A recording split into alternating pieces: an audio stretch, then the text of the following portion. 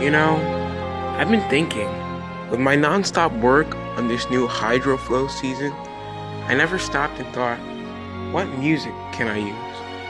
I mean, I can't use copyrighted music because we all know what happened last time. I'd have to produce my own, either that or hire someone else. But how do people make music in their animation so good? The greatest movies and shows of all time have risen to that rank because of the stories they tell, people usually say. But there are components people rarely talk about that bring these stories to life. The animation, boarding, direction, and music, the pace that holds the story together. I figured for the return of my 5-month hiatus from making actual videos, I would talk about one of the most important pieces of cinema and animation. The music.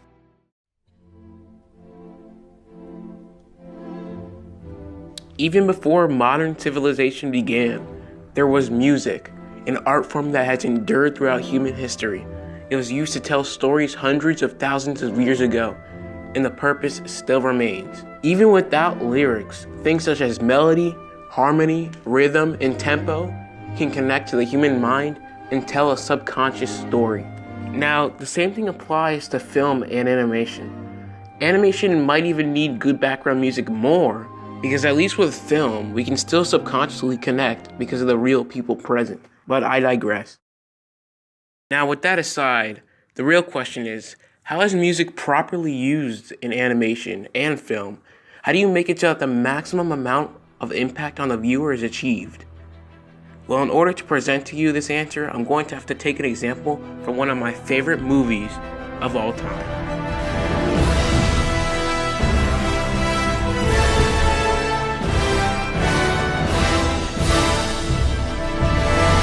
So, for starters, the movie opens up with the same Marvel Studios logo we've been seeing for the past 10 years. It's been shown to us for so long that we associate with it as if it's a recurring family member. In most other movies, the 30-second intro was accompanied with a loud, triumphant, and uplifting melody. But this specific movie changes that. The logo fades in with an unsettling silence before opening up with gritty, dark brass chords. It immediately gives you the message that, well, things are about to go down.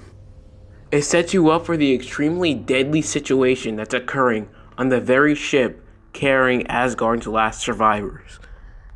This unsettling, gritty chord progression lasts just until Hulk steps out of the shadows to fight Thanos, turning the theme into a raging, uncontrollable bunch of notes just thrown together.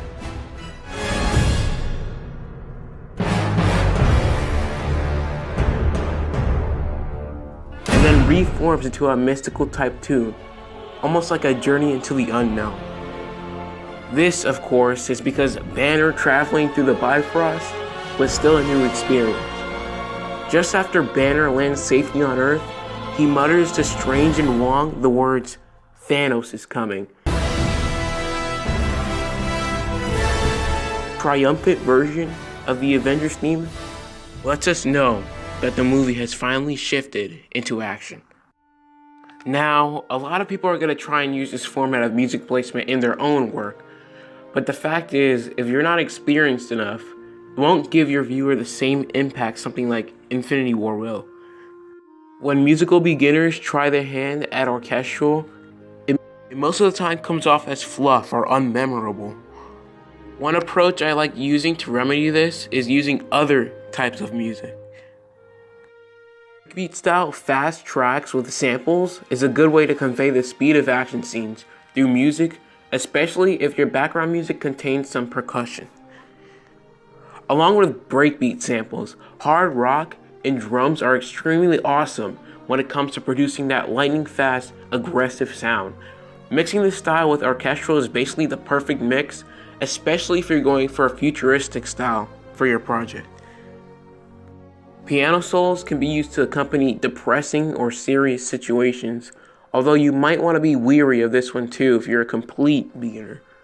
It requires the same amount of skill as Orchestra, but it doesn't sound as generic in the long run. So if you have at least a little experience in music production, I recommend this one. So yeah, those are a few tips and tricks I know about music production.